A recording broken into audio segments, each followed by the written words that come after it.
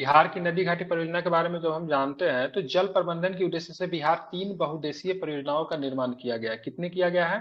तो 3 के किया गया है। ठीक है, अब इन परियोजनाओं में मतलब क्या होता था? बाढ़ का नियंत्रण होता है, सिंचाई प्रबंधन होता है, जल संरक्षण होता है, पर्यटन होता है, परिवहन और ऊर्जा उत्पादन आदि को लक्षित किया गया है। ठीक है, तो जल प्रबंधन के उद्देश्य से बिहार में 3 बहुउद्देशीय परियोजनाओं का निर्माण किया गया है। इन परियोजनाओं में बाढ़ नियंत्रण, सिंचाई प्रबंधन, जल संरक्षण, पर्यटन, परिवहन, ऊर्जा आदि का मतलब क्या होता है? यहाँ से आपका उत्पादन किया जाता है। ठीक है, अब 3 गो प्रबंधन जो बिहार में है, बिहार में बहुउद्देशीय परियोजना जो 3 प्रकार का है, उसमें से एक सोन है, एक गंडक है, तीसरा जो है कोसी है। कौन कौन है? सोन है, गंडक है, और फिर मतलब क्या है? तो कोसी है। कोसी ठीक है, है। ध्यान में रखेंगे। अब बात करेंगे सोन परियोजना। ये पूछता है सोन परियोजना का निर्माण कब किया गया? तो 1874 में किया गया। कब किया गया? 1874 में किया गया। कहाँ पे किया गया था? डेहरी रोहतास में। तो सोन परियोजना आपको रोहतास जिला में देखने को मिलता है। जगह का नाम पूछेगा, अरे डेहरी क्या हो जाएगा जगह का नाम? तो डेहरी हो जाएगा। ठीक है, ध्यान में रखेंगे। ठीक है, डेहरी रोहतास में सोन परियोजना का निर्माण किया गया है। ठीक है, ये बहुउद्देशीय नदी परियोजना बिहार की सबसे पुरानी एवं प्रथम नदी परियोजना है। अगर पूछेगा बिहार की सबसे पुरानी नदी परियोजना कौन सा है, तो क्या बताएंगे? सोन परियोजना। क्या हम बताएंगे? बहुउद्देशीय सोन परियोजना। परियोजना, और सबसे पुरानी भी और प्रथम नदी घाटी परियोजना जो है वो आपको कौन सा है? तो सोन परियोजना ही है। ध्यान में आपको ये रखना है। ठीक है, तो बिहार की सबसे पुरानी एवं प्रथम नदी घाटी परियोजना की बात करेंगे तो सोन परियोजना है। ठीक है, डेहरी में बारून के पास सोन नदी पर बांध बनाकर दो नहरें दोनों किनारों से निकाली गई है। ठीक है, तो आप ध्यान में रखेंगे, डेहरी में बारून के पास सोन नदी पर बांध बनाकर 2 नहरें निकाली गई है। दोनों किनारे से 2 नहर जो है आपको निकाली जाती है। और सोन परियोजना की बात करेंगे तो भारत की सबसे प्राचीन सॉरी बिहार की सबसे पुरानी एवं प्रथम नदी घाटी परियोजना है सोन है, जिसकी स्थापना 1874 में ब्रिटिश काल में ही हुई थी। ठीक है, 2 नहर जो निकाली गई है, एक का नाम है पूर्वी सोन नहर और दूसरा का नाम क्या है? पश्चिमी सोन नहर। ठीक है, पहला क्या है? पूर्वी सोन नहर, और दूसरा क्या है? पश्चिमी सोन नहर। ठीक है, अब पूर्वी सोन नहर की बात करेंगे तो इस नगर से औरंगाबाद, गया, जहानाबाद, अरवल, पटना तक की सिंचाई की जाती है। ठीक है, मेनली जो होता है ना, नहर का प्रयोग सिंचाई करने में ही होता है। ठीक है, तो इस नहर से कहाँ कहाँ सिंचाई होती है? औरंगाबाद में, गया में, जहानाबाद में, अरवल में, पटना तक की सिंचाई जो होती है पूर्वी से होती है। पश्चिमी वाले की बात करेंगे तो रोहतास हो जाएगा, कैमूर हो जाएगा, बक्सर हो जाएगा, भोजपुर आदि जिलों में सिंचाई की जाती है। ठीक है, तो कैमूर वाला पश्चिमी सोन नहर से कहाँ कहाँ पे सिंचाई होती है? तो रोहतास में, कैमूर में, बक्सर में, भोजपुर आदि जिलों में इसकी सिंचाई की जाती है। ठीक है, ध्यान में रखेंगे। ठीक है, अब यहाँ पे देखिए सोन नहर पे 2 जल विद्युत केंद्र, एक है डेहरी जल विद्युत केंद्र और दूसरा जब बारून जल विद्युत केंद्र। ठीक है, कौन सा? तो यहाँ पे आप देखोगे, जैसे यहाँ पे देहरी के बारे में देखेंगे तो देहरी तो आपको रोहतास में पड़ता है। यहाँ पे क्या है? तो सोन परियोजना का निर्माण जो है यहीं पे मतलब किया गया था। ठीक है, ध्यान पे आपको रखना है। ठीक है, तो एक तो, और एक बात करेंगे डेहरी में मतलब क्या? बारून के पास में, ठीक है, सोन नदी पे बांध बनाकर 2 नहरें निकाली गई थी। एक देहरी में है, एक बारून के पास में है। ठीक है, तो यहाँ पे दोनों पे आपको, ठीक है, देहरी पे भी मतलब मिलता है क्या बोलते हैं उसको, जल विद्युत, और बारून पे भी आपको क्या मिलता है? तो जल विद्युत मिलता है। ठीक है, इतना आपको क्या करना है? ध्यान में रखना है। ठीक है, और ये बता दीजिए ये आपका जो परियोजना जो है, ठीक है, सोन बहुउद्देशीय परियोजना, इसकी स्थापना कब की गई थी?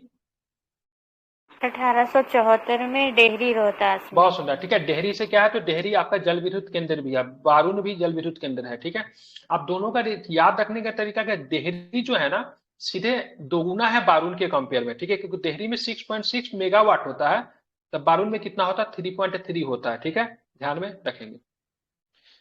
एक तो पढ़ लिया, दूसरा क्या है? तो गंडक है। ठीक है, गंडक परियोजना, ठीक है, केवल बिहार का ही नहीं है। ठीक है, ये भारत और नेपाल का संयुक्त परियोजना है। ठीक है, इसका लाभ किसे किसे मिलता है? तो बिहार को मिल जाता है, उत्तर प्रदेश को मिलता है, नेपाल को मिलता है। एग्जाम में क्या प्रश्न होते हैं? एग्जाम में प्रश्न आपके आएंगे, तो गंडक परियोजना से लाभान्वित होने वाले मतलब, ठीक है, कौन कौन सा मतलब क्या होता है? क्षेत्र कौन कौन सा है? तो नेपाल लाभान्वित होता है, बिहार लाभान्वित होता है, और साथ में लाभान्वित कौन होता है? तो साथ में लाभान्वित उत्तर प्रदेश होता है। ठीक है, तो ध्यान रखिए, तो तीनों के तीनों स्थान जो होते हैं क्या होते हैं? गंडक परियोजना से क्या होते हैं?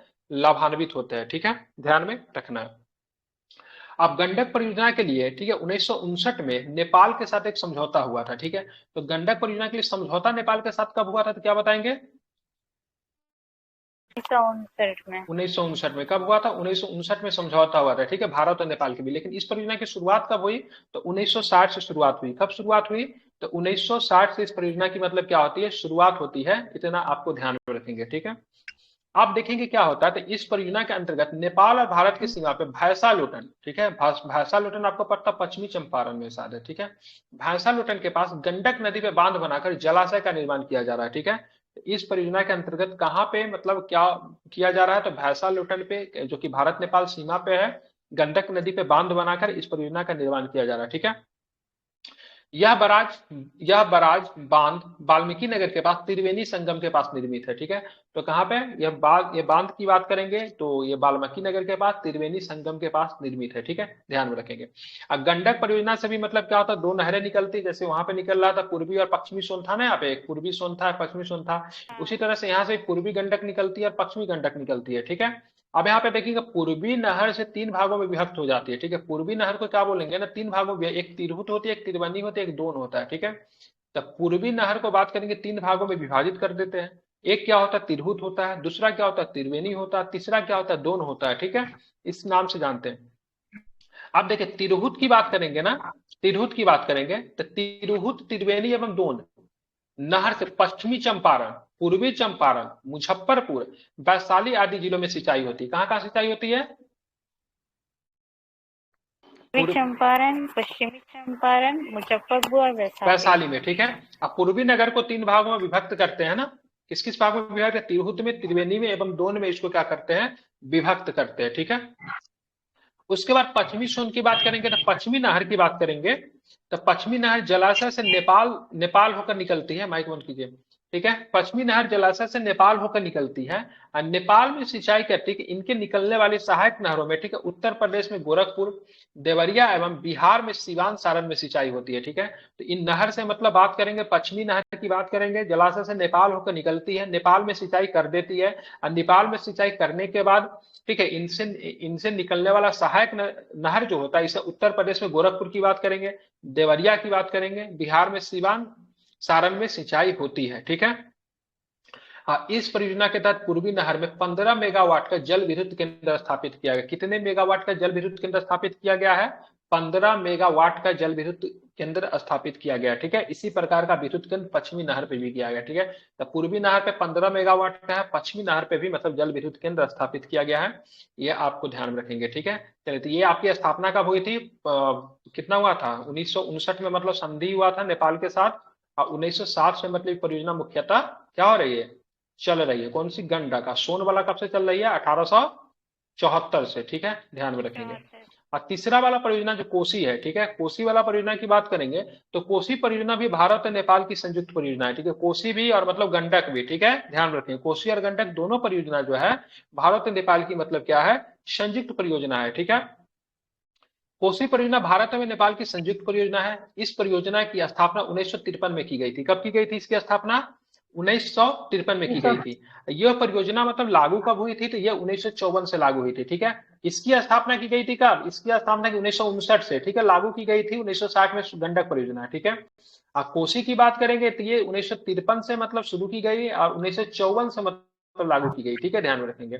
अब यहाँ पे क्या था, इस परियोजना के तहत हनुमानगढ़ नगर, ठीक है, हनुमानगढ़ नगर बांध बनाकर नेपाल में जलाशय का निर्माण किया गया। वहां पे कहा था, गंडक में कहा था, भैंसालोटन में, कहां पे, भैंसालोटन में, ठीक है, जो कि भारत नेपाल की सीमा पे है। इसमें कहां पे बांध बनाएंगे, तो इसमें बांध बनाएंगे आपको कहां पे बनाएंगे, तो हनुमान नगर में बांध बनाकर नेपाल में जलाशय का निर्माण किया गया, ठीक है।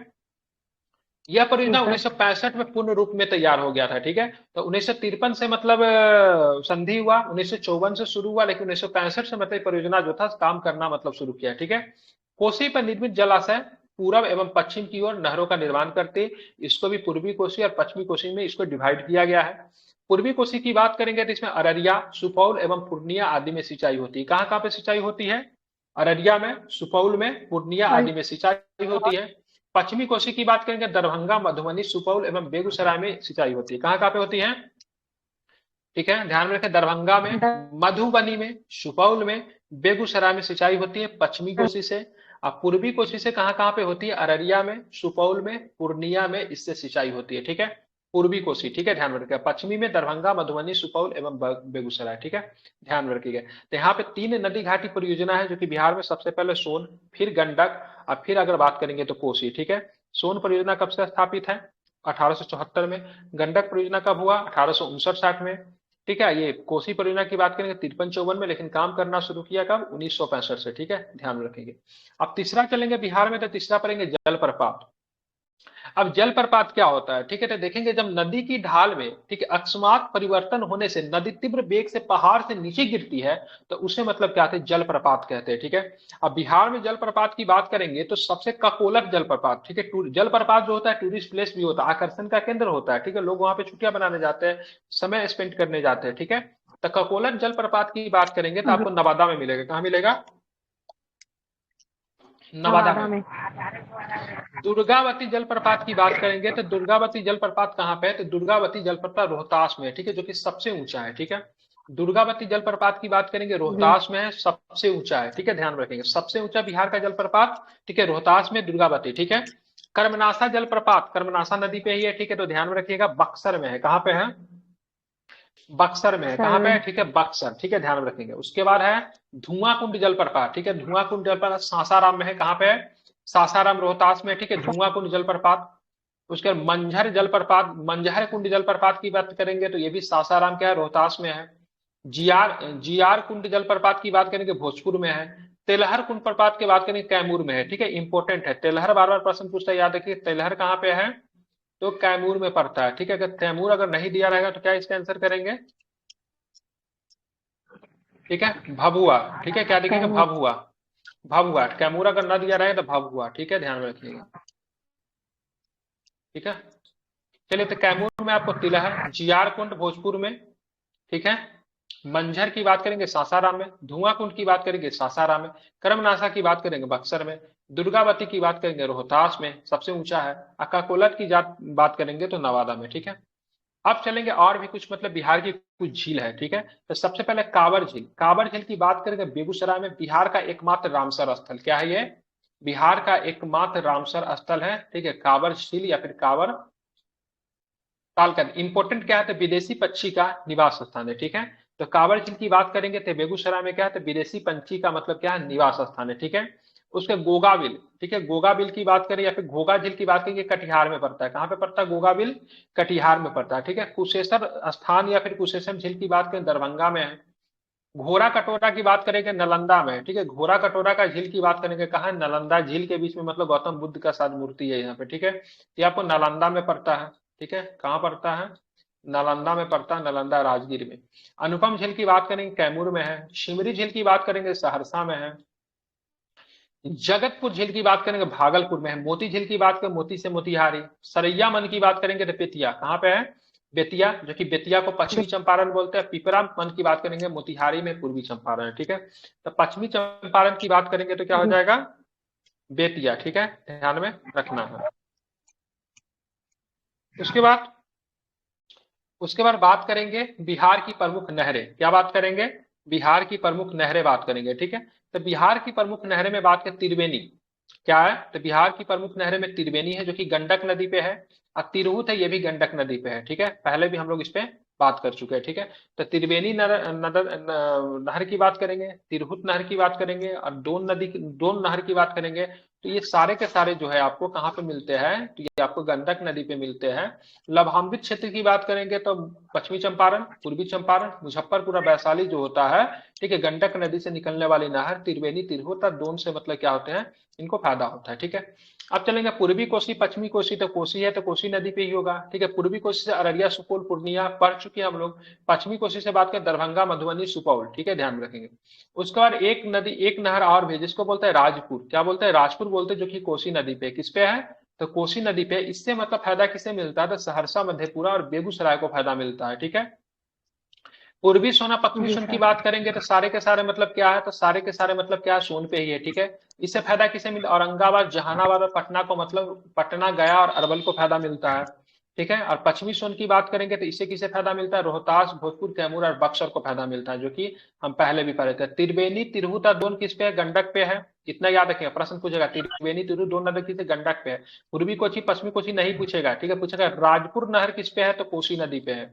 पूर्वी सोन, पश्चिमी सोन नहीं पूछेगा, पूछेगा क्या? त्रिवेणी, तिरहुत, दोन और राजपुर। तो त्रिवेणी, तिरहुत, दोन गंडक पे है, राजपुर की बात करेंगे कोसी का है, बाकी तो सब में नाम लगा हुआ है तो पता चल जा रहा है किस पे है। ठीक है, ध्यान में रखेंगे। और मैंने बताया था आपको गंडक नदी पे जो मतलब ये नहरें निकालने की जो परियोजना है, जिससे लाभान्वित राज्य कौन कौन है, तो उत्तर प्रदेश है, बिहार है, एक नेपाल है, ठीक है। और इसकी स्थापना कब हुई थी, गंडक वाला गया तो इसकी स्थापना हुई थी 1959 में। कब हुई थी, 1959 में। काम करना शुरू किया 1960 से, ठीक है, ध्यान में रखेंगे, ठीक है। 1959 ही था ना।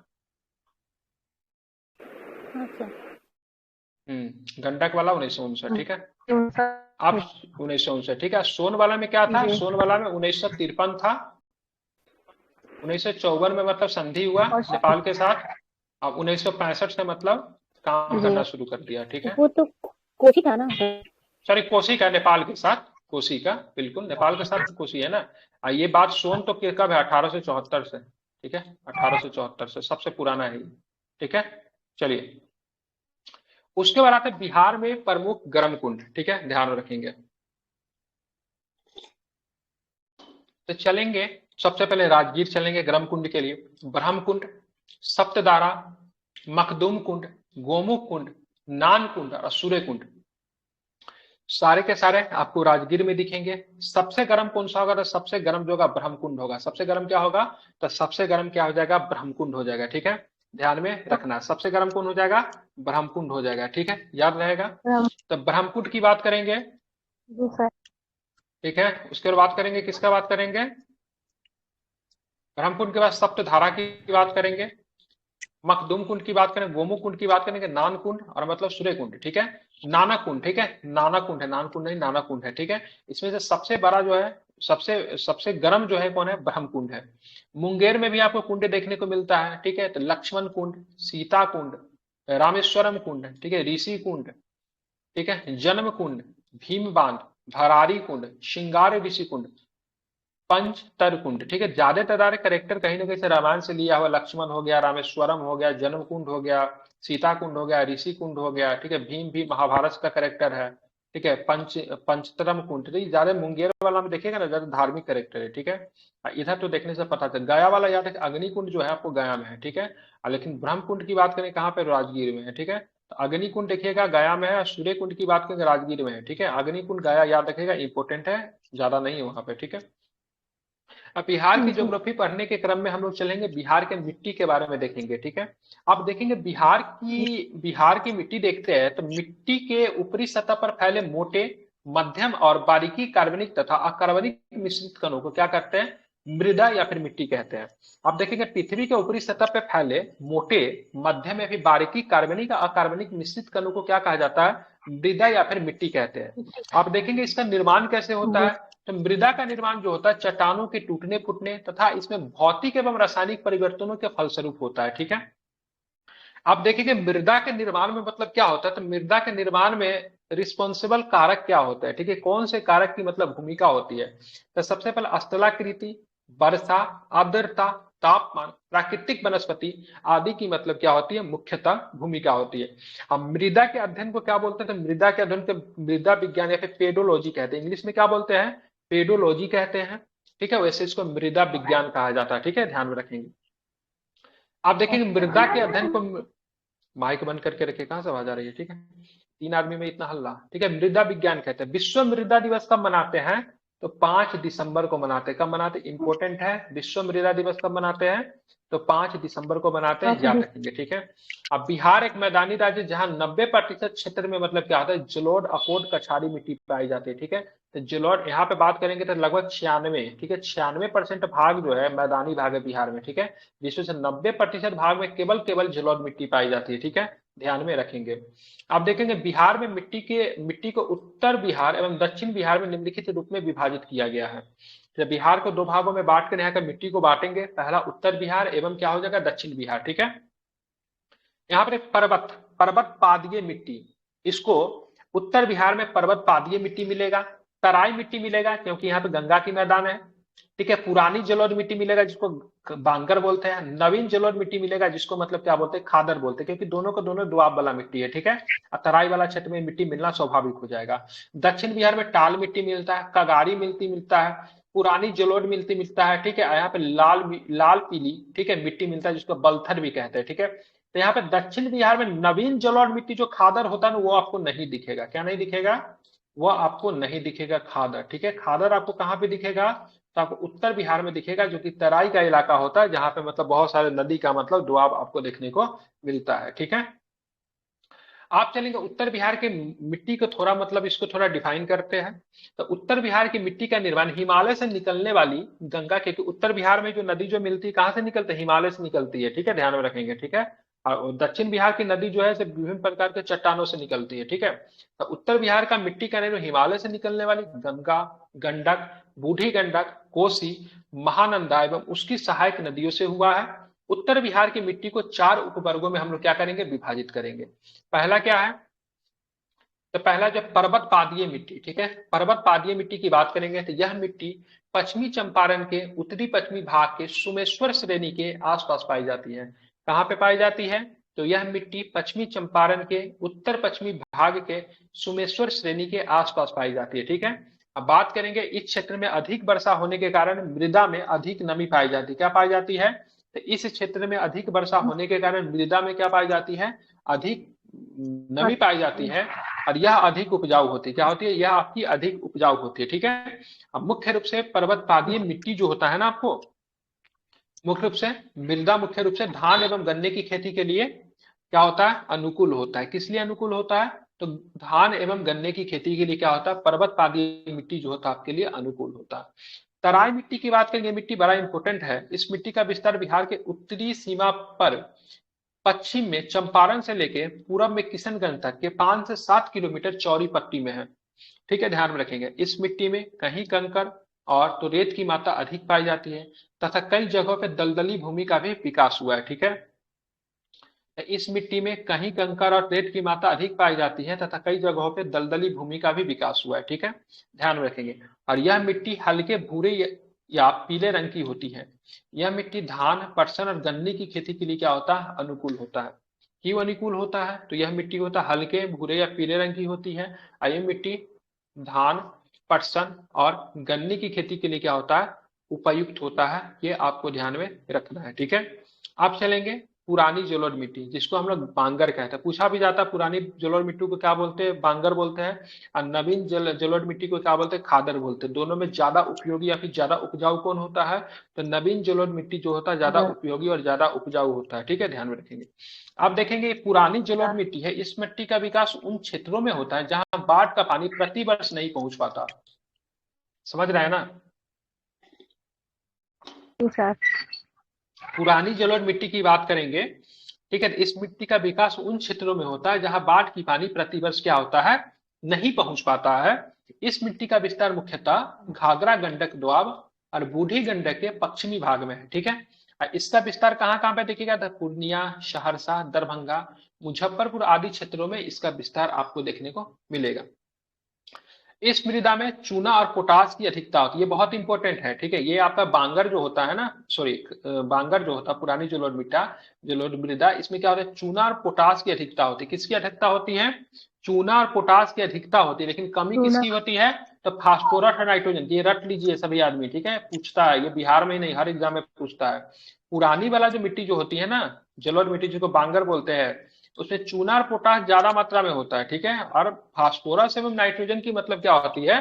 कमी होती है। ठीक है, अब चूना और पोटास की बात करेंगे ना, तो ये मतलब कोई मिट्टी अगर होता है ना, तो अगर अम्लीय जो है ना उसको खत्म करने के लिए चूना को डालते हैं। ठीक है, उसकी अम्लीयता खत्म करती है। लेकिन चूना और पोटास की जब इसमें अधिकता होती है, तो इस वजह से मतलब इसकी प्रकृति कैसी हो? क्षारीय हो जाती है। ठीक है, तो पुराना वाला जो जलोढ़ मिट्टी जो है, जिसको बांगर कहते हैं, उसमें अधिकता पाई जाती है फास्फोरस एवं नाइट्रोजन की नहीं। ठीक है, किसकी अधिकता पाई जाती है?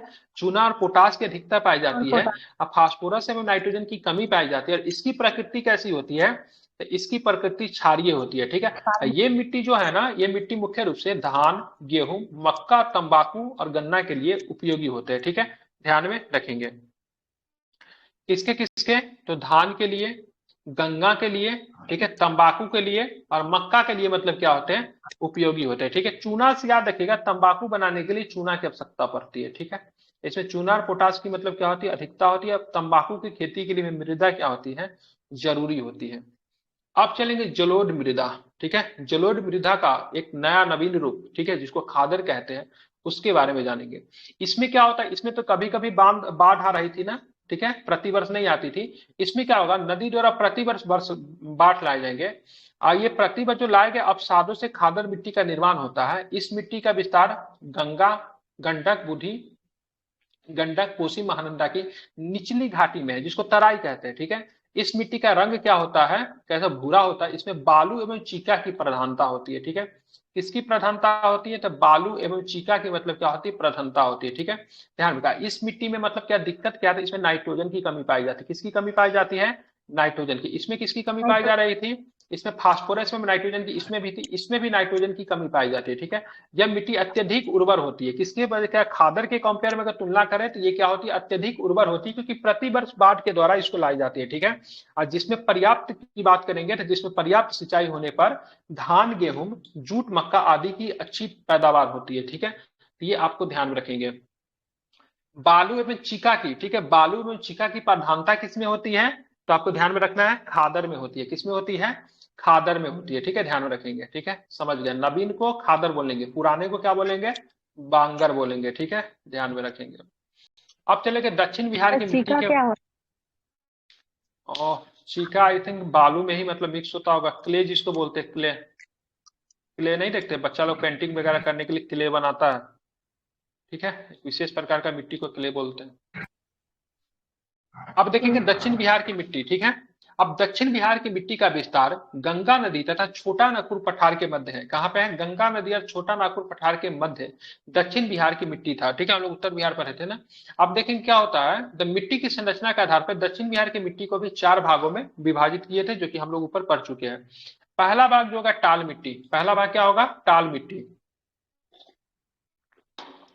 अब टाल निम्न भूमि का क्षेत्र होता है। टाल जो होता है निम्न भूमि का क्षेत्र होता है, जो वर्षा ऋतु में जल प्लावित रहता है। क्या रहता है, तो वर्षा ऋतु में जल प्लावित रहता है।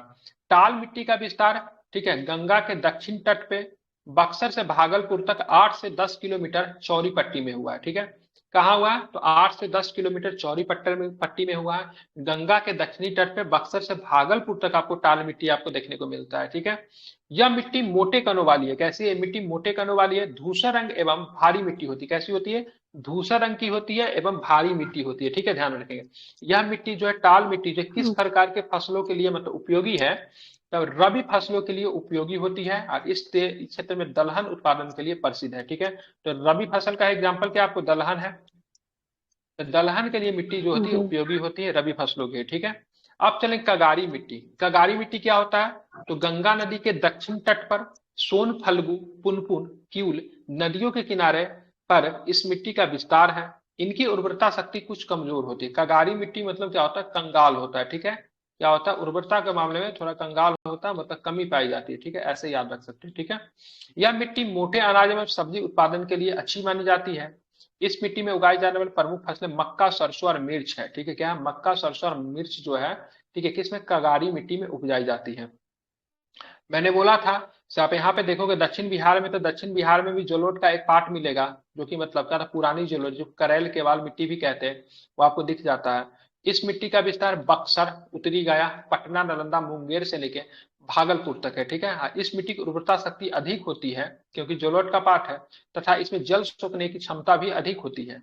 इस मिट्टी का रंग की बात करेंगे तो गहरा भूरा, पीला एवं हल्का होता है। इस मिट्टी में उगाई जाने वाली प्रमुख फसलें मक्का, धान, बाजरा, आलू, अरहर, गेहूं आदि है, ठीक है, ध्यान में रखेंगे। अब चलेंगे तो लाल मिट्टी, ठीक है। तो लाल मिट्टी की बात करेंगे तो लाल मिट्टी में बलथर मिट्टी, लाल मिट्टी को बलथर मिट्टी भी कहते हैं, ये भी याद रखेंगे। लाल पीली मिट्टी को क्या बोलते हैं, बलथर मिट्टी भी कहते हैं। ये आपको पश्चिम में कैमूर के निकट, ये पश्चिम में कैमूर श्रेणी के निकट, पूर्व में राजमहल की उच्च भूमि तक 8 से 15 किलोमीटर चौड़ी पट्टी तक इस भूमि का विस्तार है, ठीक है। यह मिट्टी जमुई, मुंगेर के खड़गपुर पहाड़ी क्षेत्र में, बांका, नवादा, औरंगाबाद के पठारी क्षेत्र में पाई जाती है, ठीक है। इस मिट्टी में रेत एवं कंकर की बहुलता होती है। किसमें होती है, तो लाल पीली पत्थर जिसको बलथर बोलता है, बल से सब बलथर, पत्थर, ठीक है, थर, ठीक है, ध्यान में रखिएगा। इसी वजह से क्या होता है, इसमें कंकर की बहुलता होती है एवं इसकी उर्वरा शक्ति काफी कम होती है। इस मिट्टी में जल संग्रहण की क्षमता भी कम होती है। क्या होती है? तो इस मिट्टी में जल संग्रहण की क्षमता भी कम होती है, क्योंकि कंकर है, रेत है, तो कहाँ से होगा? ठीक है, रेत में और कंकर में तो जल संग्रहण तो हो नहीं सकता है ना, ध्यान में रखेंगे। लौह तत्व जी की सर। प्रधानता के कारण ये क्या होता है? इसका रंग क्या होता है? लाल होता है। ठीक है, लौह तत्व की प्रधानता के कारण इसका रंग कैसा होता है? लाल होता है।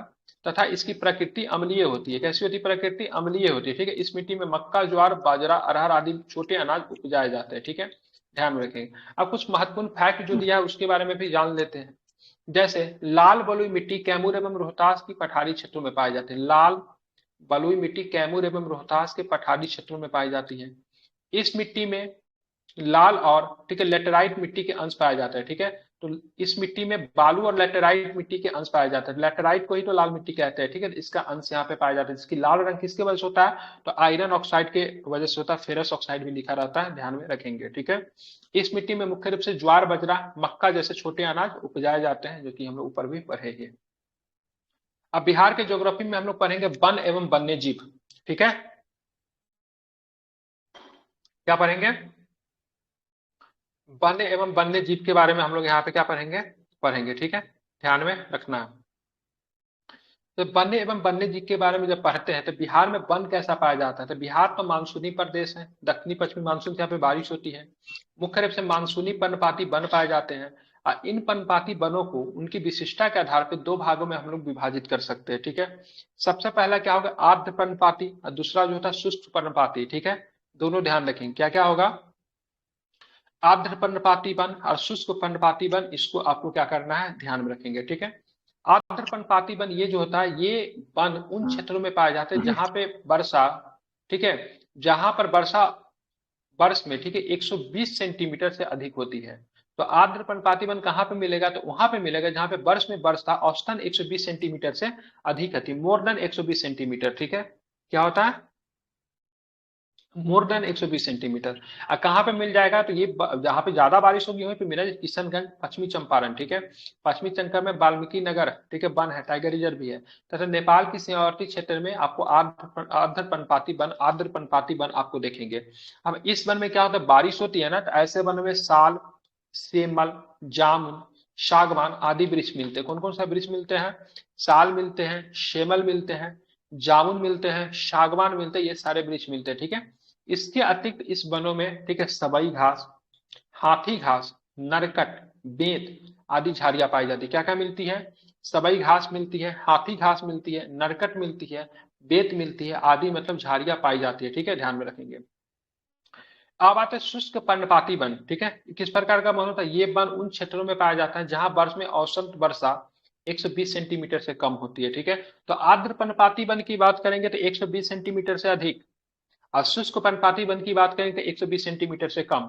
ठीक है, तो बिहार के अधिकांश भागों में इसी प्रकार की वन पाई जाती है। ठीक है, ध्यान में रखेंगे। तो अधिकांश जो हिस्सा जो बिहार का, वहां पे ऐसा वन पाया जाता है जहां पे वर्षा क्या होती है? 120 सेंटीमीटर से कम होती है। ठीक है, ये वन आपको कहाँ पे मिले? कैमूर की पहाड़ी, मुंगेर, जमुई, बांका आदि क्षेत्रों में इस प्रकार के वन पाए जाते हैं। ऐसे वन में शीशम दिखेंगे, अमलतास दिखेंगे, साल दिखेंगे, खैरा, महुआ, पलाश, जामुन, बांस आदि वृक्ष आपको इस प्रकार के वन में आपको देखने को मिलेंगे। अब बिहार में देखेंगे, वन पढ़ लिया तो बिहार में वन्य जीव अभ्यारण्य है। अब बिहार में वन्य जीव अभ्यारण्य जब देखेंगे हम, तो बिहार में एक राष्ट्रीय उद्यान तथा 12 वन्य जीव अभ्यारण्य है। कितने हैं? एक राष्ट्रीय उद्यान है, ठीक है, तथा 12 वन्य जीव अभ्यारण्य। याद रहेगा, बिहार में राष्ट्रीय उद्यान कितने हैं? एक ही है। 12। क्या है? एक ही है। नहीं, राष्ट्रीय उद्यान की बात करें एक ही है, वन एंड ओनली, वाल्मीकि राष्ट्रीय उद्यान। ठीक है, बाकी सारे के सारे 12 क्या है? तो 12 सारे के सारे क्या? अभ्यारण्य है। ठीक है, ध्यान में रखेंगे। ठीक है, अब ये वाल्मीकि राष्ट्रीय उद्यान जो पश्चिमी चंपारण में है, कौन सी चंपारण में? पश्चिमी चंपारण में। जिला कौन सा हो जाएगा? बेतिया जिसको बोलते हैं ना, पश्चिमी चंपारण में है। यह बिहार का एकमात्र राष्ट्रीय उद्यान है। इसमें बिहार के सबसे अधिक वन पाए जाते हैं। ठीक है, तो इसमें बिहार में सबसे अधिक वन जो होते हैं कहाँ मिलते हैं? तो पश्चिमी चंपारण में मिलते हैं। याद आपको रखना है। ठीक है, भीम बांध, भीम बांध एवं अन्य वन्य जीव एवं वन्य जीव अभ्यारण्य की बात करेंगे। भीम बांध एवं वन्य जीव मुंगेर में देखने को मिलेगा। ये 681 वर्ग किलोमीटर में फैला हुआ तेंदुआ, भालू, सुअर, मगरमच्छ के लिए ये प्रसिद्ध है ये क्षेत्र, ठीक है। उसके गौतम बुद्ध पंछी विहार की बात करेंगे तो कहाँ पे मिलेगा गौतम बुद्ध पंछी विहार, ये आपको गया में मिल जाएगा। 259 वर्ग किलोमीटर क्षेत्र में ये आपको फैलते हुए दिखता है, ठीक है। कांवर झील एवं अन्य पक्षी अभ्यारण्य की बात करें बेगूसराय में है, 63 वर्ग किलोमीटर क्षेत्र में है, ठीक है। साइबेरियाई पक्षियों का आश्रय स्थल है, साइबेरिया की पंछी जो होता है यहाँ पे आता है, मेहमान पंछी जिसको कहते हैं, ठीक है।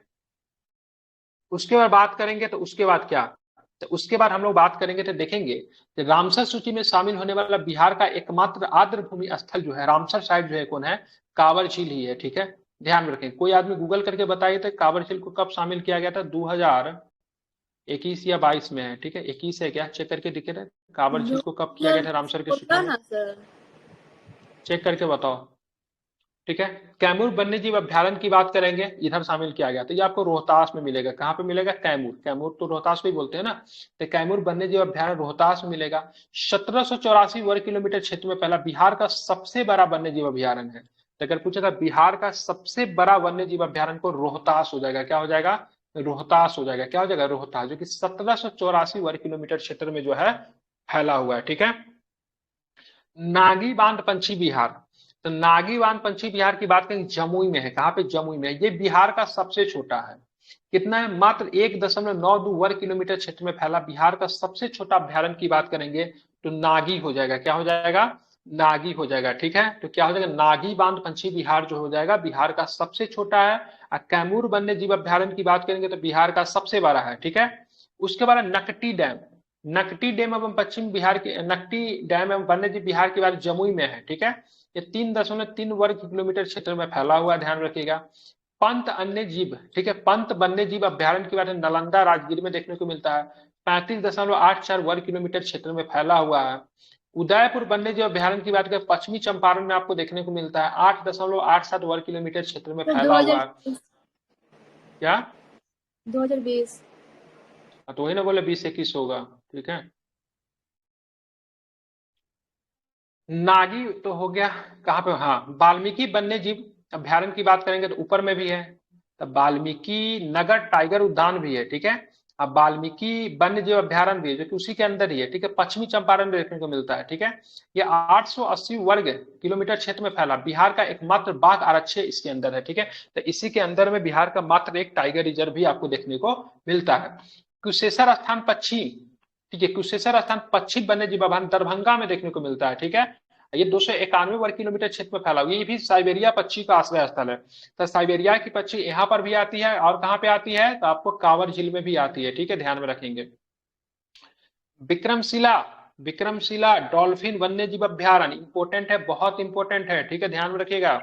ये आपको अभ्यारण्य की बात करें, विक्रमशिला डॉल्फिन वन्य जीव अभ्यारण्य तो भागलपुर में है, 36 किलोमीटर क्षेत्र में फैला हुआ है। गंगा नदी में मुंगेर से भागलपुर है, गंगा नदी में है, मुंगेर से भागलपुर आपको देखने को मिलता है विक्रमशिला डॉल्फिन वन्य जीव अभ्यारण्य, ठीक है। और डॉल्फिन में मतलब कौन मिलता है, ठीक है, सॉरी, गंगा में कौन सा जीव मिलता है, डॉल्फिन मिलता है, ठीक है। और ये भारत का जलीय जीव भी है, ये भी आपको ध्यान में रखना है, ठीक है। भारत के पहले डॉल्फिन अभ्यारण्य के रूप में प्रसिद्ध है कौन, तो विक्रमशिला। लेकिन डॉल्फिन रिसर्च सेंटर की बात करेंगे तो पटना में है, ठीक है। बरैला सलीम अली पक्षी अभ्यारण्य, ठीक है, तो ये आपको बरैला सलीम अली पक्षी अभ्यारण्य को कहाँ पे देखने को मिलता है, वैशाली में देखने को मिलता है, ठीक है। बहुत से वैशाली, बहुत से बरैला, ठीक है। आप था रिपीट करवाता हूँ, ठीक है, ये सब नहीं पूछता है, ठीक है, ये पूछेगा। वाल्मीकि राष्ट्रीय उद्यान एकमात्र पश्चिमी चंपारण में, ठीक है, ध्यान रखें, एकमात्र राष्ट्रीय उद्यान है। भीमबाद एवं वन्य जीव अभ्यारण्य मुंगेर में है, ठीक है। गौतम बुद्ध पक्षी विहार गया में है। कांवर झील एवं वन्य जीव अभ्यारण्य बेगूसराय में साइबेरिया पक्षी के लिए है, 2020 में इसको रामसर में शामिल किया गया था, जैसा कि आपने बताया। कैमूर वन्य जीव अभ्यारण्य रोहतास में सबसे बड़ा 1784 में फैला हुआ है। नागी बांध पक्षी विहार जमुई में है, ठीक है, सबसे छोटा 1.92 में, ठीक है, वर्ग किलोमीटर। नकटी डैम की बात करेंगे जमुई में है। पंत वन्य जीव अभ्यारण्य की बात करें नालंदा में है। उदयपुर वन्य जीव अभ्यारण्य की बात करेंगे पश्चिमी चंपारण में है। वाल्मीकि वन्य जीव अभ्यारण्य की बात करेंगे, ये भी पश्चिमी चंपारण में है। माइक बंद करो। कुशेश्वर स्थान पक्षी वन्य जीव अभ्यारण्य की बात करें दरभंगा में है, ठीक है, यहाँ पर भी साइबेरिया पक्षी मिलती है। विक्रमशिला डॉल्फिन वन्य जीव अभ्यारण्य की बात करेंगे भागलपुर में है, ठीक है, ध्यान में रखेंगे। डॉल्फिन के लिए डॉल्फिन अभ्यारण्य के रूप में प्रसिद्ध है, भारत का पहला है, ठीक है। कहाँ से मिलते हैं, गंगा नदी में मुंगेर से लेकर भागलपुर तक अभ्यारण्य है ये, ठीक है।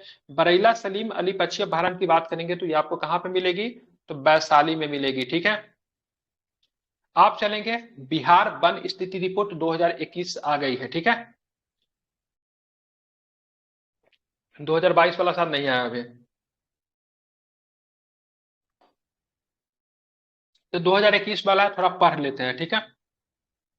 बिहार एवं भारत एवं बिहार वन स्थिति रिपोर्ट प्रति 2 वर्षों पर भारतीय वन सर्वेक्षण द्वारा जारी किया जाता है। किसके द्वारा जारी किया जाता है? भारतीय वन सर्वेक्षण के द्वारा जारी किया जाता है, ठीक है। क्या? तो भारत एवं, ठीक है, बिहार वन स्थिति रिपोर्ट प्रति 2 वर्षों पे भारतीय वन सर्वेक्षण के द्वारा जारी किया जाता है, ठीक है। सब प्रथम किसके द्वारा? भारतीय वन सर्वेक्षण के द्वारा, ठीक है। याद रखिएगा, बिहार वन सर्वेक्षण बार मार दीजिएगा, ठीक है। बिहार वन स्थिति रिपोर्ट लेकिन जारी करेगा भारतीय वन सर्वेक्षण। सब प्रथम रिपोर्ट कब प्रस्तुत किया गया था? 1987 में प्रस्तुत किया गया। कब प्रस्तुत किया गया सबसे पहली बार? 1987 में, ठीक है। 2021 में रिपोर्ट जो आई है, तो इस श्रृंखला की 17वीं नंबर की रिपोर्ट है। कैमी रिपोर्ट है? तो 17 नंबर का रिपोर्ट है, ठीक है। ध्यान में रखना है, ठीक है। तो 2022 में 18वां हो जाएगा। अगर बात करेंगे तो ये रिपोर्ट जो आता है कैसे आता है? जंगल जंगल घूम के मतलब पता करते तो नहीं, इसके लिए दूर संवेदी उपग्रह रिसोर्स सेट 2 से प्राप्त आंकड़ों का प्रयोग किया है, ठीक है। उपग्रह है, ठीक है। उपग्रह से मतलब कैमरा के माध्यम से, वीडियो के माध्यम से डाटा को कलेक्ट करते हैं और उसके माध्यम से क्या होता है? रिपोर्ट को मतलब तैयार किया जाता है, ठीक है। ध्यान रखेंगे। बिहार में वन आवरण की बात करेंगे तो वन स्थिति 2021 के अनुसार बिहार का वनावरण, ठीक है, 7380.79 वर्ग किलोमीटर है। कितना है? 7380.79 वर्ग किलोमीटर है, ठीक है। जो कि राज्य के कुल भौगोलिक क्षेत्रों का कितना है? तो 7.84% है, ठीक है। ये याद, बहुत इंपोर्टेंट डाटा है। कितना है? 7.84% है। कम से कम 33% होना चाहिए, ठीक है। लेकिन कितना है? ये मात्र 7.84% है, ठीक है। बहुत ही दुखद है, ठीक है। लगभग ये अपने, लगभग ये 5 गुना कम है, ठीक है। 2019 की रिपोर्ट की तुलना में वनावरण में 75 वर्ग किलोमीटर की वृद्धि देखने को मिली है, जो लगभग 1.03% है, ठीक है। तो 2019 में तो और भी कमी था। 2 वर्षों पे आती है ना, 3 वर्षों पे आती है, नहीं 2 वर्षों पे आती है। तो 2019 की तुलना में 2019 की तुलना में वनावरण में बात करेंगे, वृद्धि देखने को मिली है 1.03 की प्रतिशत की वृद्धि देखने को मिली है। अब किलोमीटर में बात करेंगे तो 75 वर्ग किलोमीटर में आपको वृद्धि आपको देखने को मिली है, ठीक है। वनावरण की बात करेंगे तो 7300, ठीक है, 80.79 अप्रोक्स में 81 मान लीजिए, जो कि परसेंटेज की बात करेंगे 7.84% की वृद्धि है। 75 वर्ग किलोमीटर की वृद्धि देखने को मिली है। वृक्षारोपण की क्या स्थिति है? तब वृक्षारोपण की बात करेंगे, जैसे प्राइवेट भूमि पे नहीं है, आम का बगीचा, कुछ का बगीचा लगा लेते हैं, तो वो सब मतलब वन तो नहीं होता है, क्योंकि वन मतलब ना भूमि के, वन का मतलब होता है भूमि के लंबे हिस्सा पे कंटिन्यू, मतलब क्या होना चाहिए ना, वृक्षों का मतलब एक श्रृंखला होनी चाहिए। लेकिन ये वृक्षावरण तो क्या होता है, कुछ थोड़ा जगह पे होता है, फिर से मोहल्ला है, बस्ती है, फिर से जाके फिर आगे जाके फिर आपको दिखेगा, कंटिन्यूअसली नहीं होती है ना। जबकि बात करेंगे वनावरण क्या होता है ना, कंटिन्यूअसली जंगल में जाइएगा तो केवल आपको पेड़ ही पेड़ मिलेगा, लेकिन वृक्षारोपण में ऐसा नहीं होता। वृक्षावरण की बात करेंगे तो 2341 वर्ग किलोमीटर पे है, जो कि 2.48% है, ठीक है। 338 वर्ग किलोमीटर की वृद्धि की गई, अच्छा खासा वृद्धि हुआ है, ठीक है। अब सारे को अगर जोड़ देते हैं ना, तो बिहार में वन की बात करेंगे तो 10.32% निकल कर आता है। कितना निकल कर आता है? 10.32% निकल कर आता है। टोटल हो जाता है 9722 किलोमीटर, वर्ग किलोमीटर होता है, जिसमें वृद्धि 413 वर्ग किलोमीटर की देखी गई है। कंपेयर की बात करेंगे तो किस वर्ष से हम लोग वृद्धि को कंपेयर कर रहे हैं? 2019 से 2019 से कंपेरिजन कर रहे हैं, ठीक है। ध्यान में रखेंगे। तो वनावरण की बात करेंगे तो 7381 है, जो कि 7.84% है, 75 वर्ग किलोमीटर की वृद्धि हुई। वृक्षावरण की बात करेंगे तो 3341 वर्ग किलोमीटर है, 2.48% की वृद्धि हुई, 338 वर्ग किलोमीटर है। कुल की बात करेंगे तो 9722 वर्ग किलोमीटर की वृद्धि हुई, जो कि 10.32% है, ठीक है। और बात करेंगे 413 वर्ग किलोमीटर की आपको देखने को मिलता है टोटल वृद्धि, ठीक है। टोटल 9722, इधर 10.32%, इधर मतलब 413 वर्ग किलोमीटर, ठीक है। इतना फैक्ट को क्या करना है, आपको ध्यान में रखना है, ठीक है। चलिए आप देखेंगे जिलों में वनावरण की बात करेंगे तो सबसे ज्यादा वन आपको कैमूर में देखने को मिलता है। कितना देखने को मिलता है? तो सबसे कम कैमूर में, ठीक है। सबसे कम की बात करेंगे ना तो शेखपुरा में, सबसे ज्यादा कैमूर में, और सबसे कम कहां पे देखने को मिलेगा? शेखपुरा में। सबसे ज्यादा वन कहां पे है? कैमूर में, ठीक है। दूसरा नंबर पे सबसे ज्यादा वन पश्चिमी चंपारण में, और तीसरा नंबर पे रोहतास में, ठीक है। कैमूर को भभुआ भी कहते हैं, क्या बोलते हैं? भभुआ। हुआ। ठीक है। दूसरे नंबर पे पश्चिमी चंपारण, तीसरे नंबर पे रोहतास में। शेखपुरा की बात करें, यहाँ पे सबसे कम वन है। अरवल दूसरे नंबर पे। जहानाबाद, अरवल, जहानाबाद से कटकर अरवल बना है, तो ध्यान में रखिएगा दोनों जगह वन कम देखने को मिलता है। शेखपुरा में सबसे कम है, दूसरा नंबर पे अरवल में, तीसरा नंबर पे जहानाबाद। तो आपसे ये नहीं पूछेगा, पूछेगा जिलों के वनावरण क्षेत्रफल के अनुसार सजाए। ठीक है, तो सजा दीजिएगा। सबसे ज्यादा से कम अगर पूछेगा तो सजा दीजिएगा आराम से। कैमूर में सबसे ज्यादा, पश्चिमी चंपारण में उसके बाद रोहतास में। कम वाला में पूछेगा तो सबसे कम शेखपुरा में। अरवल में बात करेंगे दूसरा नंबर पे सबसे कम। जहानाबाद में तीसरा नंबर पे सबसे कम। अब परसेंटेज की बात करेंगे, ठीक है। परसेंटेज की बात कर, प्रतिशत, ये तो टोटल क्षेत्रफल हो गया ना। अब परसेंटेज के हिसाब से कैमूर में सबसे ज्यादा वन देखने को मिलता है, ठीक है, ध्यान में रखिएगा। जमुई में दूसरा नंबर पे सबसे ज्यादा वन देखने को मिलता है। नवादा में बात करेंगे तीसरा नंबर पे सबसे ज्यादा वन आपको देखने को मिलता है। अब बोलोगे डाटा क्यों चेंज हो गया? मान लीजिए एक भूमि का इतना हिस्सा है, ठीक है। अब मान लीजिए एक भूमि का मतलब क्या है? इतना हिस्सा है। अब इस भूमि, देखिए भूमि दोनों बराबर ही है, ठीक है। मान लीजिए भूमि, मान लीजिए ये बहुत बड़ा भूमि है, ठीक है, ये बड़ा बनाते हैं इसको, ठीक है, एक मिनट। ये इतनी बड़ा भूमि है, ठीक है। अब इस पे मान लीजिए, ठीक है, इस पे मान लीजिए इतना ही वन है, ठीक है, इस पे इतना वन है, ठीक है। और इस पे देख लीजिए ना, ये वाला वन इतना वन है, मतलब इस टोटल में वन इसमें इतना है, ठीक है, इतना ही खाली है। और इसमें आधा पे ही वन है, लेकिन भूमि इतना ही बड़ा है ना, तो इसमें इतना ही बड़ा, तो जाहिर सी बात है किलोमीटर में निकालेंगे तो यहाँ पे वन की संख्या ऑलरेडी ज्यादा हो जाएगा कि भूमि ज्यादा है, ठीक है। लेकिन यहाँ पे क्या होगा, भूमि ही छोटा है लेकिन बहुत ज्यादा भूमि पे वन है ना, तो यहाँ पे मान लीजिए यहाँ पे डाटा अगर 80% निकल कर आता है, तो यहाँ पे डाटा आपको 60% ही निकल कर आएगा, क्योंकि 60% भूमि पर ही है। यहाँ पे क्या है ना, भूमि छोटा है लेकिन ज्यादातर भूमि पे वन है। तो उसी हिसाब से देखेंगे ना, तो कैमूर की बात करेंगे ना, तो कैमूर तो दोनों में आगे है, ठीक है, परसेंटेज के हिसाब से और यहाँ पे वर्ग किलोमीटर के हिसाब से भी, ठीक है। लेकिन जमुई की बात करें तो छोटा जिला है, लेकिन छोटा जिला में वन की मात्रा क्या है, ज्यादा है, इसीलिए यहाँ पे इसका परसेंटेज में आगे चला जाता है।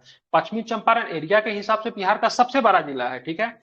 लेकिन दिक्कत क्या है ना, यहाँ पे भूमि पे वन जो है ना कम मात्रा में, इसलिए परसेंटेज इसका क्या हो जाएगा, ठीक है, दूसरा नंबर पे ना आके आगे चला जाता है, ठीक है। यहाँ पे वन का मात्रा ज्यादा है लेकिन भूमि का क्षेत्रफल भी ज्यादा है, इसलिए परसेंटेज ऑटोमेटिक क्या हो जाएगा, कम हो जाएगा, ठीक है। जैसे बात करेंगे उत्तर प्रदेश में क्या होता है ना, उत्तर प्रदेश सबसे ज्यादा गेहूं का उत्पादन करता है, ठीक है। नंबर में वेट के हिसाब से बात करेंगे तो सबसे ज्यादा उत्तर प्रदेश। लेकिन जैसे हम लोग परसेंटेज में जाते हैं ना, तो कम भूमि पे ज्यादा गेहूं की उपज पंजाब कर देता है, ठीक है, तो परसेंटेज बदल जाता है, ठीक है, ध्यान में रखिएगा। यहाँ पे नवादा जो है तीसरे नंबर पे आएगा, ठीक है। सबसे कम वन यहाँ पर भी क्या बात करेंगे, शेखपुरा में। कैमूर दोनों में आगे, ठीक है, शेखपुरा भी दोनों में आगे, ठीक है, सबसे कम वाला में भी वर्ग किलोमीटर के हिसाब से, परसेंटेज के हिसाब से। लेकिन बक्सर बात करेंगे दूसरा नंबर पे, सिवान तीसरा नंबर पर। दूसरा वाला डाटा सब जगह चेंज है, ठीक है, दूसरा तीसरा डाटा चेंज है। पहला वाला डाटा कैमूर शेखपुरा, कैमूर शेखपुरा, ठीक है। ये 70 बीपीएससी में भी काम आपको आने की संभावना है, क्योंकि अगला वाला वन रिपोर्ट 22 में नहीं आएगा, 23 में आएगा, ठीक है। तो मे भी 70वीं बीपीएससी में भी काम आ जाए। इसको एक बार वीडियो बना देने के बाद यूट्यूब पे जाएगा तो सभी लोग देख लीजिएगा।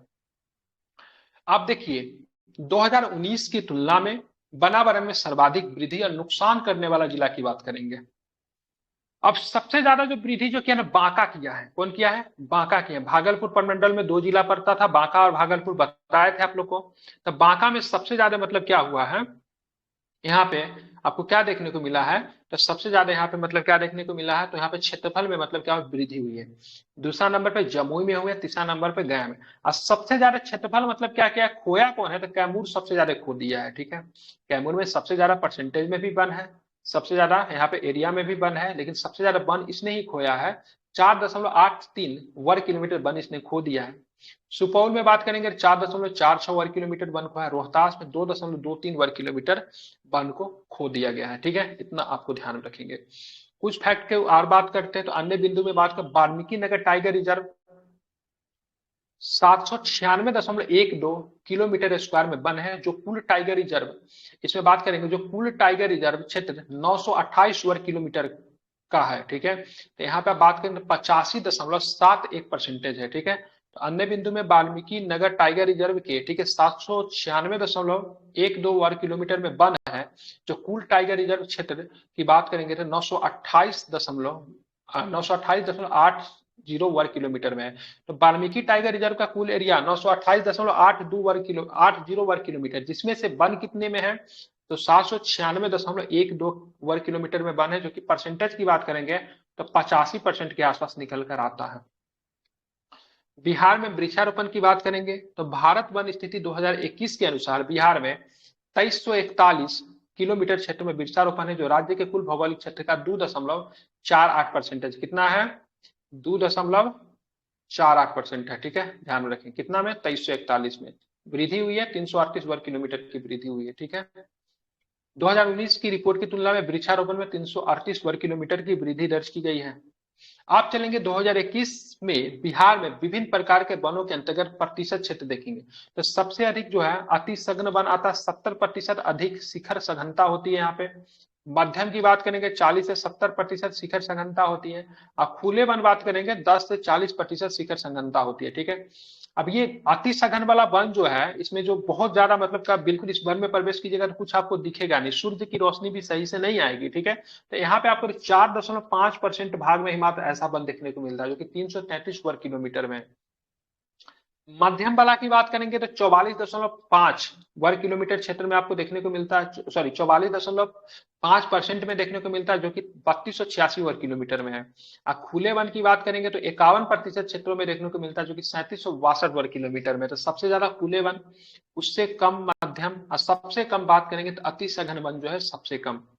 ठीक है, आप देखेंगे बिहार में बिहार में वनावरण के शीर्ष जिले तो बहुत घने वन की बात करेंगे, जिसको अति सघन कहते हैं, आपको पश्चिमी चंपारण दिखेगा, कितना में, तो 249.34 वर्ग किलोमीटर में, कितना में है, 249.34 वर्ग, टोटल कितना है, 333 में है। ठीक है ना, 333 वर्ग किलोमीटर में, उसमें से 249.34 वर्ग किलोमीटर जो है आपको यहीं पे दिख जाएगा।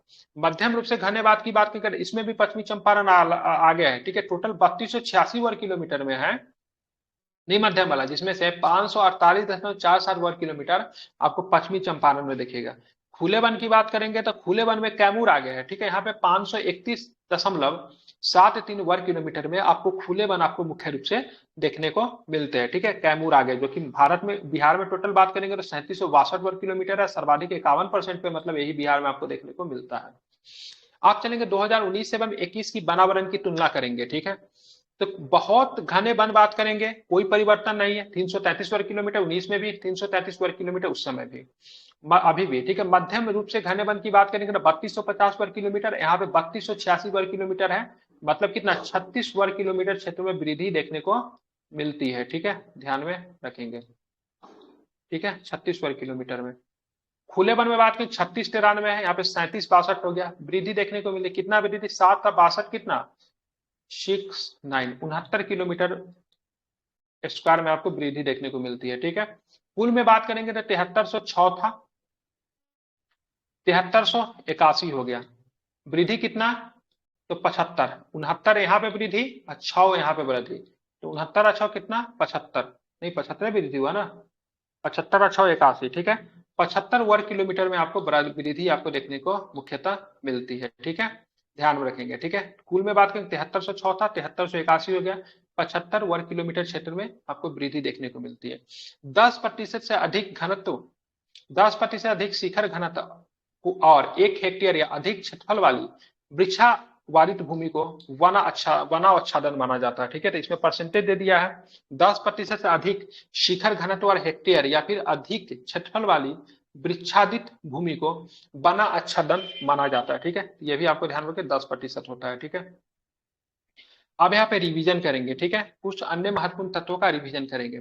संजय गांधी जैविक उद्यान कहाँ पे, पटना में, जिसके चिड़ियाघर हम लोग बोलते हैं, 153 एकड़ में फैला हुआ है। कितने एकड़ में फैला हुआ है, 153 एकड़ में फैला हुआ है। यह उद्यान गंडा प्रजनन के लिए बात करेंगे, एशिया का सबसे बड़ा प्रजनन केंद्र है।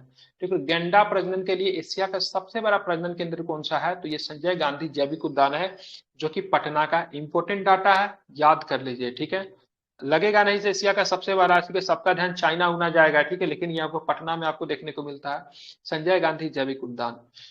जनवरी 2021 में बिहार के पहले राजकीय पक्षी, ठीक है, कलवरल का आयोजन जमुई में। ठीक है, तो बिहार के पहले राजकीय पक्षी उत्सव कहाँ, कलरव का आयोजन कहाँ पे किया, नागी नकटी पक्षी अभ्यारण्य, जो कि जमुई में देखने को मिलता है, वहां पे किया गया। तो बिहार का पहला राजकीय पक्षी उत्सव का नाम क्या है, कलरव, क्या नाम है? कलरव। इसका आयोजन कहाँ पे किया गया? तो नागी नकटी पक्षी अभ्यारण्य में किया गया, जो कि जमुई में देखने को आपको मिलता है। राजगीर में जू सफारी की स्थापना की गई, ठीक है। राजगीर में क्या देखने को स्थापना की गई है? जू सफारी की स्थापना की गई, बहुत सुंदर है। डॉल्फिन का अभ्यारण्य की बात करेंगे तो वाल्मीकि कहाँ पे था? विक्रमशिला भागलपुर में था। लेकिन Shimla dolphin Bhagalpur. Research centre, बिल्कुल, डॉल्फिन रिसर्च की बात करेंगे तो पटना में स्थित है। और डॉल्फिन दिवस कब मनाते हैं? तो 5 अक्टूबर को डॉल्फिन दिवस मनाया जा रहा है, ठीक है। 5 अक्टूबर को विश्व शिक्षक दिवस भी मनाते हैं, लेकिन यहाँ पे डॉल्फिन रिसर्च सेंटर की स्थापना होती है पटना में, और डॉल्फिन दिवस 5 अक्टूबर को मनाते हैं, ठीक है। बाघ जनगणना रिपोर्ट की बात करेंगे तो 2018 के अनुसार कब आई थी? 5 साल पे आई थिंक आती, अब आना चाहिए, आई थिंक 4-5 साल पे आते तो हैं, ठीक ये है। न्यू आ 2018 न्यू आ गया है, ठीक है। ठीक है, न्यू आ गया है, बिल्कुल ठीक है। बाघ जनगणना रिपोर्ट 2018 के अनुसार बिहार में बाघों की संख्या 31 है। कितना है? 31 है 2018 के अनुसार, ठीक है। नया वाला में देखना पड़ेगा कितना है। आ गया है, ठीक है। नया वाला में तो पूरा 2967 नेशनल बाघ था ना, 316 है। 2960, अभी 31। 3167 हो गया, हाँ, ठीक है। 200 167। बाघों की संख्या हुई है, ठीक है। अनुमान तो लगाया जा रहा है 3600 समथिंग हो गई है, ठीक है, अनुमान किया जा रहा है, ठीक है। तो ध्यान में रखेंगे, बिहार में 2018 के अनुसार बाघों की संख्या 31 है। आप चलेंगे बिहार में आपदा प्रबंधन, ठीक है। सबसे पहले आपदा प्रबंधन की जिम्मेवारी जो होती है किसकी? गृह मंत्रालय के अधीन आती है, ठीक है। ध्यान में रखेंगे, जैसे कि एनडीआरएफ की टीम वगैरह काम करती है, नेशनल डिजास्टर मैनेजमेंट गृह मंत्रालय के अधीन काम करती है, ठीक है। आप देखें बिहार एक मैदानी राज्य है, जहां पे मुख्य आपदा तो बाढ़ है, ठीक है, कोई दिक्कत नहीं है, बाढ़ तो बिहार में आती है, खूब आती है, ठीक है। ध्यान में रखेंगे, मैदानी राज्य है। इसके अतिरिक्त बिहार में सूखा, भूकंप, चक्रवात, लू जैसी आपदाओं से भी पीड़ित होती है, ठीक है। बिहार में क्या नहीं आ सकता? तो बिहार में कभी भी सुनामी नहीं आ सकता। क्यों नहीं आ सकता बिहार में सुनामी? रीजन क्या है नहीं आने का बिहार में सुनामी? मैदानी भाग है ना, प्लेट वगैरह नहीं है। अच्छा, सुनामी आने के लिए मैदानी भाग होना चाहिए क्या? मैदानी भाग, समुद्र नहीं सर, समुद्र समुद्र नहीं नहीं है, है, ठीक समुद्र है, नहीं है समुद्र यहाँ नहीं पे। है, ठीक है, बिल्कुल ठीक है, ये सब मत बोलेगा, समुद्र रहेगा तो ही सुनामी आएगी, ठीक है। इसके अतिरिक्त बिहार में सूखा भी आती है, भूकंप भी आती है, चक्रवात भी आती है, और लू जैसी आपदा भी आपको देखने को मिलता है, ठीक है। बिहार में 38 जिला है, ठीक है, जिसमें से 28 जिले बाढ़ प्रभावित है। बहुत दुख की बात है, इन 28 जिलों में से 15 अत्यधिक प्रभावित हैं तथा 13 जो है कम प्रभावित हैं, ठीक है। तो 28 जिला जो है बाढ़ से प्रभावित है, जिसमें 15 जिला जो है अत्यधिक बाढ़ प्रभावित है, और 13 जो है उसमें से कम जो है बाढ़ प्रभावित है, ठीक है। बाढ़ का अत्यधिक प्रभाव उत्तर बिहार में देखा जाता है, जहां बिहार का बाढ़ग्रस्त क्षेत्र भारत के कुल बाढ़ग्रस्त क्षेत्र का 16.5% है, ठीक है, बहुत महत्वपूर्ण डाटा है। तो बिहार का अत्यधिक बाढ़ प्रभावित जिला की बात करेंगे ना, उत्तर बिहार में हम लोग देखते हैं, ठीक है। कहाँ पे देखते हैं? उत्तर बिहार में देखते हैं, ठीक है। अत्यधिक पर बाढ़ प्रभावित जिला में 15 जिला जो था, 13 कम में था। 15 में कौन कौन था? पूर्वी चंपारण, मुजफ्फरपुर, वैशाली, सीतामढ़ी, शिवहर, दरभंगा, मधुबनी, समस्तीपुर, सहरसा, सुपौल, मधेपुरा, खगड़िया, बेगूसराय, भागलपुर और कटिहार। कम बाढ़ प्रभावित वाले में बात करेंगे तो पश्चिमी चंपारण, सारण, सिवान, गोपालगंज, पूर्णिया, किशनगंज, पटना, नालंदा, भोजपुर, बक्सर, लखीसराय, शेखपुरा, ठीक है। ये कम बाढ़ प्रभावित वाले 13 जिला, ठीक है। अधिक बाढ़ प्रभावित 15 जिला जो कि नॉर्थ बिहार के मतलब इलाका है, ठीक है।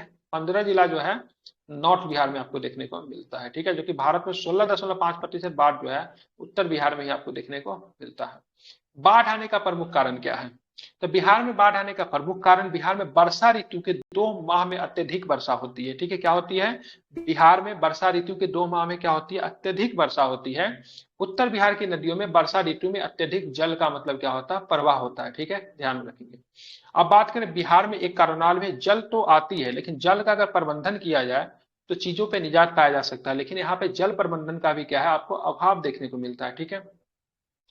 तटबंधों का टूटना तथा जल संग्रह क्षेत्र में मानव का प्रसार आदि, ठीक है। तटबंधन का टूट जाना तथा जल संग्रहण क्षेत्र में मानव का प्रसार। जो जल संग्रहण क्षेत्र जहाँ पे जल का जमाव होता है वहां पे इंसानों की बस्ती है, समय समय में बांध भी टूट जाता है, इस वजह से भी मतलब बांध बाढ़ आते हैं, ठीक है। आप देखेंगे सूखा, मैंने क्या बताया था, बिहार में मानसून की वजह से, दक्षिण पश्चिम मानसून की वजह से सर्वाधिक वर्षा होती है, ठीक है, ध्यान रखिएगा, ठीक है, सर्वाधिक वर्षा। लेकिन रीजन क्या है? रीजन आप देखोगे तो बिहार में क्या होता है ना, सूखा की यहाँ पे मानसून की अनिश्चितता पाई जाती है। जल के अवैज्ञानिक दोहन के कारण सूखा की स्थिति उत्पन्न हो जाती है, मतलब अविवेकपूर्ण तरीके से जल का दोहन करते हैं, सही तरीके से जल का दोहन नहीं करते, इसीलिए मतलब क्या होता है, यहाँ पे सूखा देखने को मिलता है। बिहार का लगभग 20% क्षेत्र जो है सूखा से प्रभावित है। सूखे से प्रभावित होने वाले जिला औरंगाबाद, गया, नवादा, रोहतास, कैमूर और मुंगेर, इन सब जगहों पे आपको सूखा देखने को मिलता है। कहाँ कहाँ पे? औरंगाबाद में, नवादा में, गया में, रोहतास में, कैमूर में, मुंगेर में। ठीक है। सूखा नियंत्रण के लिए आधुनिक सिंचाई पद्धति जैसे टपक सिंचाई, जिसको ड्रॉप सिंचाई कहते हैं, फवारा वाला की बात करेंगे, सिंचाई आदि का प्रयोग एवं नहर निर्माण की कार्य किया जाना आवश्यक है। टपक सिंचाई, फुबारा, फवारा वाला सिंचाई में पानी की कम बर्बादी होती है। ठीक है। आप देखेंगे भूकंप, ठीक है, भूकंप की बात करेंगे तो बिहार में भूकंप, तगड़ा भूकंप आता है 1934 का भूकंप, कौन बोल सकता है? 1934 में बहुत ही भयंकर भूकंप आता है। अपने दादाजी दादी अगर जिंदा होंगे तो उन लोग से पूछेगा, वो लोग बताते हैं। ठीक है। तो बिहार की भौगोलिक अवस्थिति हिमालय के समीप होने के कारण यहाँ भूकंप की संभावना को जन्म देती है। अब बोले हिमालय के समीप भी तो बिल्कुल, बिहार से नेपाल लगा हुआ है, नेपाल में आपको हिमालय देखने को मिलती है। ठीक है। तो बिहार में अलग अलग क्षेत्रों में भूकंप की संभावना के आधार पर विभिन्न जोन है। ठीक है। 5, 6 और 3 जोन। कौन कौन? 5, सॉरी 5, 4 और 3 जोन। ठीक है। 3, 4, 5। ठीक है। 3, 4, 5 जोन में भूकंप का जो जितना तगड़ा जोन होगा ना, उसका नंबर उतना अधिक होता है। ठीक है। तब भूकंप का जोन 5 जो अत्यधिक प्रबलता है, यहाँ पे तगड़ा भूकंप आने की संभावना आती है। किशनगंज, सहरसा, सुपौल, मधेपुरा, दरभंगा, मधुबनी, अररिया, सीतामढ़ी। सीतामढ़ी नेपाल से सटा हुआ है, मधुबनी नेपाल से सीमा बनाता है, किशनगंज भी बनाता है ना, और किशनगंज भी बनाता है, आई थिंक सुपौल भी बनाता है नेपाल से। जी सर। ठीक है। तो ये सारे नेपाल से सटे हुए। ठीक है। जोन 4 की बात करें, मध्य प्रबलता आते पूर्वी चंपारण, पश्चिमी चंपारण, सारण, वैशाली, पटना, सिवान और शिवहर। ये आपके किस में पड़ेंगे? तो जोन 4 में पड़ेंगे। ठीक है।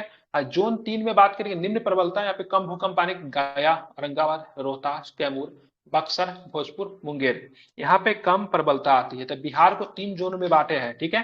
3 जोन की शुरुआत 3 से ही होती है, 3, 4, 5। ठीक है, ध्यान में रखेंगे, 3, 4, 5। ठीक है, ध्यान में रखना है। आप देखेंगे चक्रवात। ठीक है। चक्रवात के बारे में पढ़ते हैं तो बिहार जो होता है भौगोलिक रूप से समुद्र तटीय राज्य नहीं है, इसीलिए हम आपसे बेसिक क्वेश्चन पूछे थे। ठीक है। समुद्र तटीय राज्य तो नहीं है, लेकिन बंगाल की खाड़ी के समीप होने के कारण बिहार चक्रवात जैसी आपदा को से कभी कभी प्रभावित होती है। ठीक है।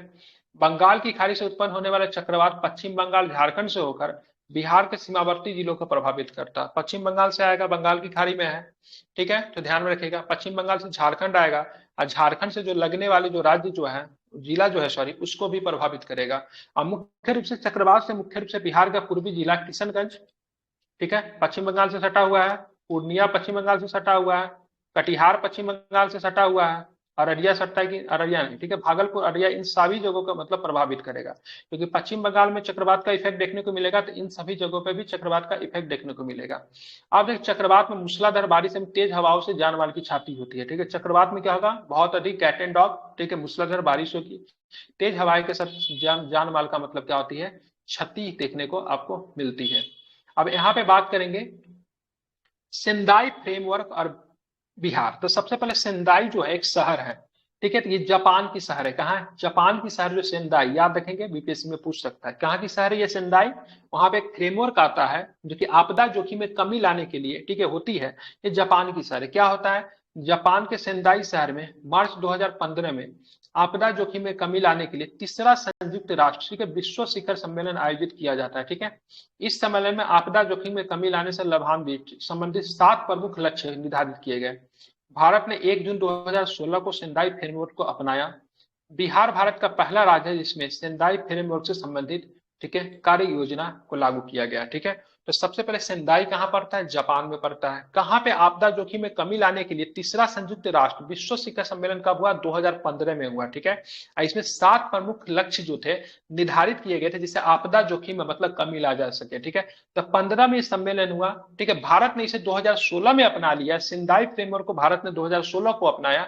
इसमें जिस राज्य ने सबसे पहले जो अपनाया वो कौन सा है? तो वह राज्य जो है कौन सा है? तो आपका राज्य जो है बिहार राज्य है। ठीक है, ध्यान में रखेंगे। ठीक है।